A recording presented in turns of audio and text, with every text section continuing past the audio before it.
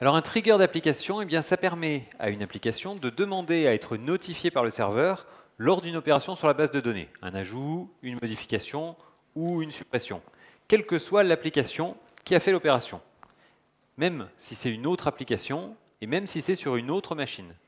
Alors en fait, la notification, elle est envoyée par le serveur vers les postes clients, vers les postes qui sont abonnés.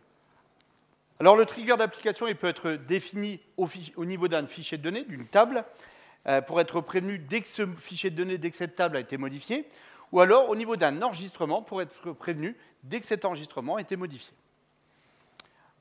Un exemple d'utilisation, quand vous avez un tableau de bord statistique, par exemple, plutôt que de rafraîchir l'affichage toutes les 30 secondes et de charger votre serveur, votre réseau et le poste client pour rien, eh bien vous utilisez un trigger d'application.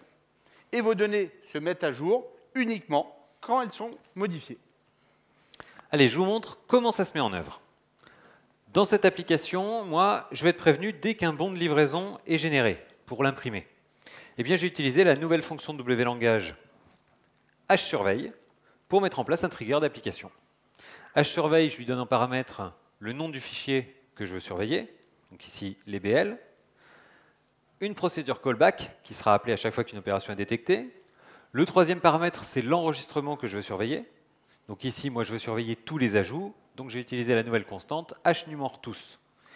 Et le quatrième paramètre, c'est les opérations pour lesquelles je veux être prévenu, donc ici, les ajouts. Voilà, à partir de là, eh bien, à chaque fois qu'un BL est ajouté dans le fichier de données, ma procédure est appelée et elle peut déclencher son impression.